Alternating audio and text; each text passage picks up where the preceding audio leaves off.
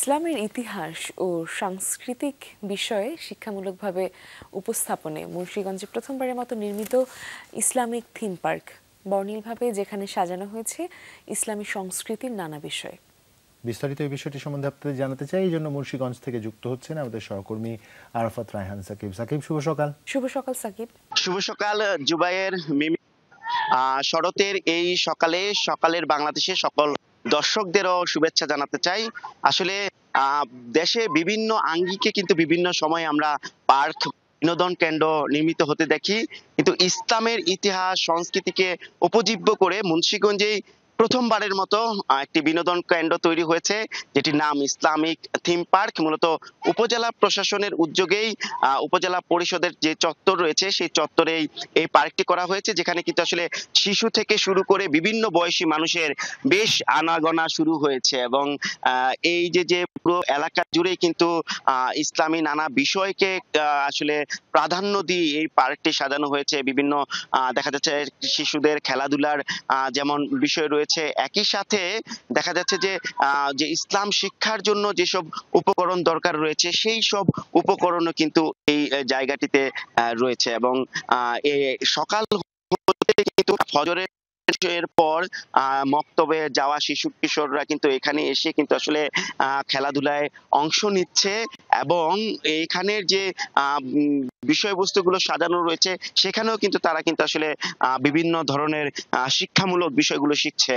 এখানে আমরা দেখতে পাচ্ছি যে আরবি হরফের যে একটি সড়ক রয়েছে সেটি পড়ে পড়ে কিন্তু আসলে যেসব শিক্ষার্থীরা এখানে আসছেন, ছাত্ররা আসছেন কিংবা শিশু কিশোররা আসছে, তারা কিন্তু এসব হরফ সম্পর্কে সচেতন হতে পারে। একই সাথে এখানে 5 কলেমা উত্তীর্ণ রয়েছে, প্রধান কলেমা যে লা ইলাহা ইল্লাল্লাহু মুহাম্মাদুর রাসূলুল্লাহ থেকে অন্যান্য যে কালেমাগুলো রয়েছে, কালেমায়ে তামজিদ, কালেমায়ে তাওহীদ সহ অন্যান্য যে কালেমা, সেগুলোও কিন্তু এখানে বর্ণিলভাবে সাজানো হয়েছে। এবং আল্লাহর নামের স্তম্ভ থেকে দোয়া গাছ এবং অন্যান্য বিষয়গুলো কিন্তু এই জায়গায় প্রাধান্য দেওয়া হয়েছে। পুরো জায়গাটি জুড়েই কিন্তু আসলে ইসলামের বিষয়গুলোকে কিন্তু আসলে উপজীব্য করে এই বিষয়টিকে আসলে সাজানো হয়েছে। এবং আমরা দেখতে পাচ্ছি যে সকাল হতেই কিন্তু শিশু কিশোররা এখানে খেলার ছলে মেতে উঠছে, এবং একই সাথে তারা কিন্তু এই পার্কে এসে বিনোদনের তাদের যে ব্যবস্থা হয়েছে সেখানে কিন্তু তারা ইসলামী সংস্কৃতিরও একটি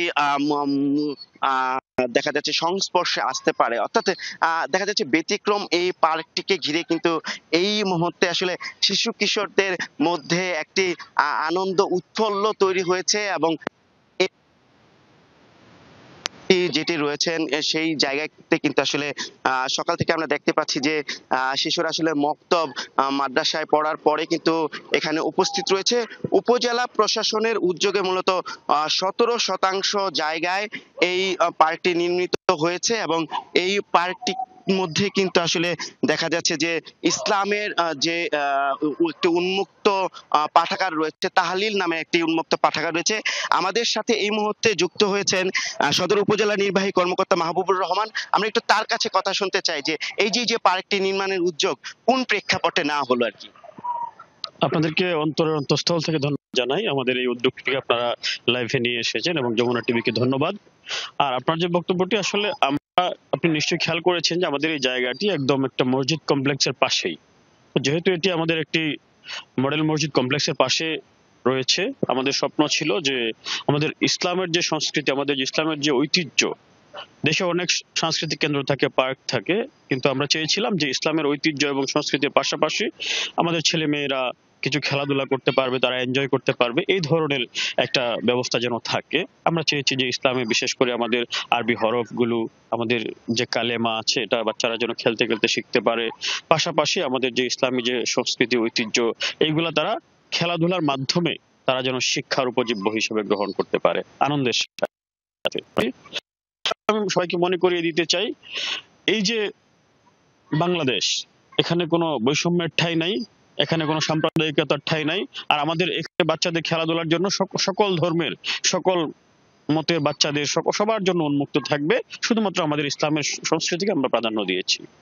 ধন্যবাদ। কথা বলছিলেন মুন্সিগঞ্জ সদর উপজেলা নির্বাহী কর্মকর্তা মাহবুবুর রহমান, এবং তিনি জানাচ্ছিলেন যে ইসলামের ইতিহাস ঐতিহ্যকে প্রাধান্য দিয়ে পার্কটি নির্মাণ তো সকলের জন্য এই পার্কটি উন্মুক্ত রাখা হবে এবং এই পার্কটিকে ঘিরে স্থানীয় যে শিশু কিশোর থেকে শুরু করে অভিভাবক এবং নবীন প্রবীণ সকলের মাঝে কিন্তু একটি আগ্রহ তৈরি হচ্ছে এবং সকাল বিকাল অনেকে কিন্তু এখানে আসেন এবং বিনোদনের সংস্কৃতিরও কিন্তু সংস্পর্শে। সাকিব, অসংখ্য ধন্যবাদ। চমৎকার একটা উপস্থাপনা দেখলাম আপনার মাধ্যমে, নিঃসন্দেহে এটি অনুকরণীয় এবং এই যে চমৎকার শিশুদের মাঝে প্রকৃতি এবং হাস্যোজ্জ্বল একটি পরিবেশে যে চমৎকারভাবে ইসলামকে উপস্থাপন করা হচ্ছে, নিঃসন্দেহে তারও অনেককে অনুপ্রাণিত করবে। এবং সেখানকার শিশুরা যে ইসলামের প্রকৃত শিক্ষা যা একদম। আমাদের বিশ্বাস যে সেই শিক্ষায় তারা দীক্ষিত হবে এবং সুন্দর একটা পরিবেশে তারা সুন্দর একটা মন নিয়ে বড় হবে।